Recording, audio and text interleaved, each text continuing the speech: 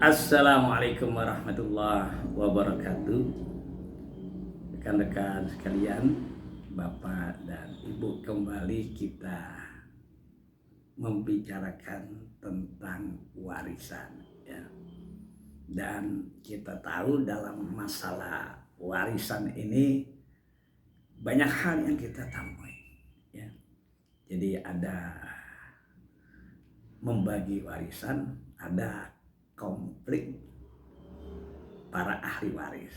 Nah, itu dua hal yang sangat berbeda. Kalau membagi warisan itu bisa cepat ya, dengan mudah selesai. Tapi kalau sudah ada konflik di dalamnya, ini yang sungguh naib ya, sungguh sayang, berkepanjangan. Bahkan keluarga besar itu bisa pecah, bisa putus tali silaturahim. Sungguh sangat disayangkan sekali. Ini pernah terjadi ya. Saya diundang oleh satu keluarga untuk menyelesaikan masalah warisan ya. Nah, yang kemudian ya, kita ini diminta untuk mengikuti keinginan mereka. Ini yang sulit ya. Karena seorang ustadz itu justru tugasnya memberikan pencerahan, memberikan petunjuk kepada orang yang sedang membutuhkan. Jadi bukan kita memutuskan soal warisan itu karena pesanan atau karena keinginan ya daripada yang manggil atau yang undang. Ini sangat berbahaya sekali ya. Kita yang seharusnya kita memberikan pemahaman tentang ketentuan Allah yang berkenaan dengan warisan, tapi karena kita tidak amanah, akhirnya justru kita mau mainkan aturan Allah itu. Jadi ada 5 orang, 5 anak lah, 5 anak ya. Dia ibunya yang sudah berdampingan ya sekitar 50 tahun dengan bapaknya, itu meninggal dunia ya. Jadi ibu si anak yang 5 ini meninggal dunia. Nah, ini bapaknya ya, bapaknya kemudian dia menikah lagi ya, istri yang kedua ya. Masa pernikahannya itu kurang lebih 20 tahunan ya. 20 tahunan ya. Kalau dengan istri yang pertama 50 tahunan, punya anak 5. Dengan istri yang kedua 20 tahunan lamanya, punya anak 1. Lalu nggak lama si bapak ini meninggal dunia ya. Alhamdulillah bapak ini punya peninggalan harta yang cukup banyak. Lalu keluarga yang 5 ini mengundang saya ya, bagaimana supaya harta-harta yang diinginkannya itu tidak sampai jatuh kepada istri yang keduanya bapak ya. Atau kalaupun itu dibagi udah diatur, yang ini aja, begitu keinginannya. Maka saya katakan pada waktu itu tidak bisa seperti itu.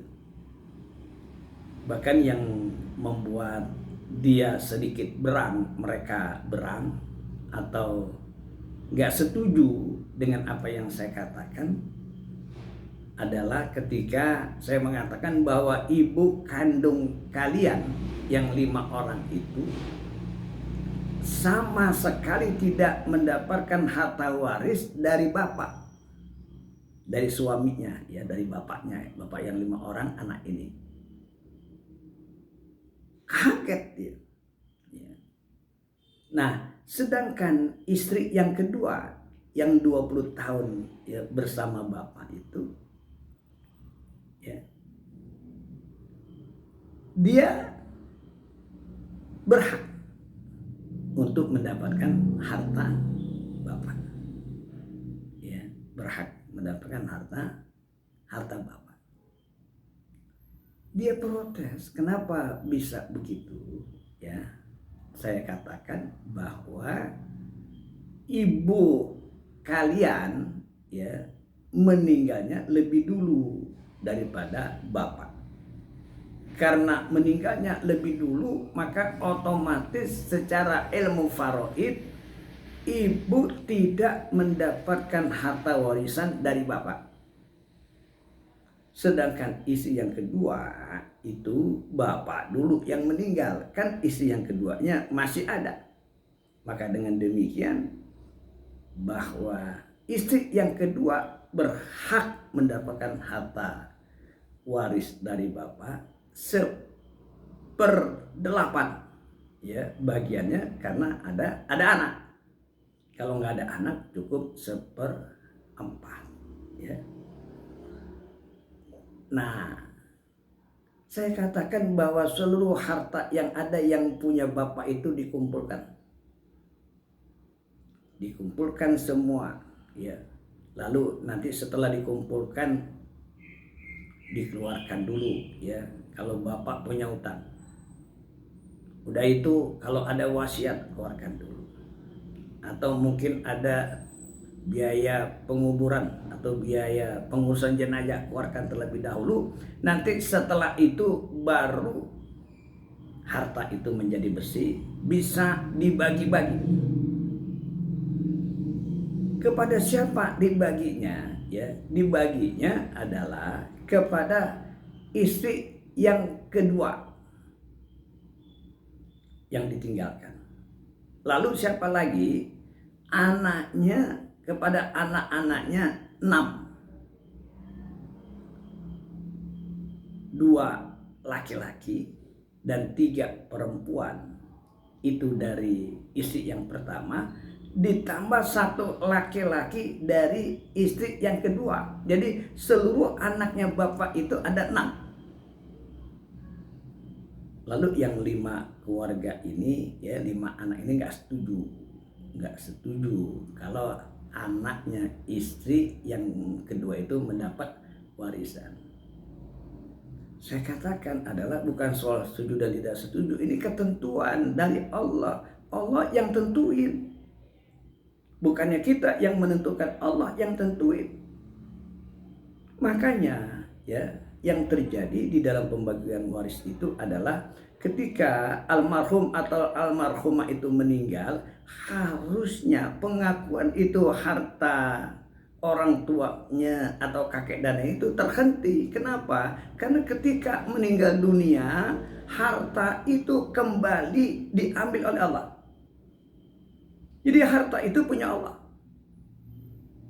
Tetapi Allah itu baik, diserahkan lagi kepada ahli warisnya, kerabat-kerabat yang terdekatnya, saudara yang terdekatnya. Dengan apa? Dengan perinciannya itu, siapa yang berhak mendapatkan waris dari Allah, hadiah dari Allah, lalu ada bagian-bagian perinciannya itu. Udah Allah kasih, tinggal dilaksanakan saja.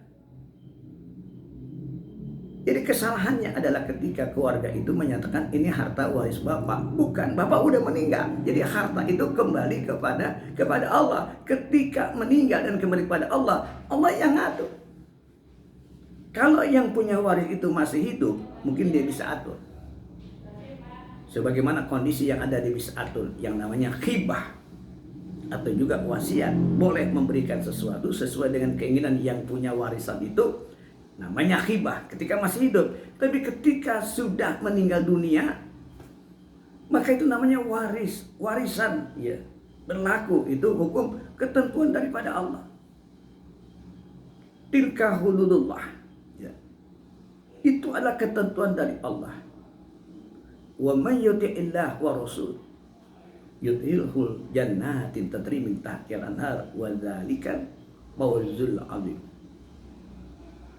Siapa orang yang taat kepada Allah dan Rasulnya, niscaya Allah akan memberikan surga yang mengalir di dalam sungai-sungai, dan itu adalah imbalan yang sangat besar.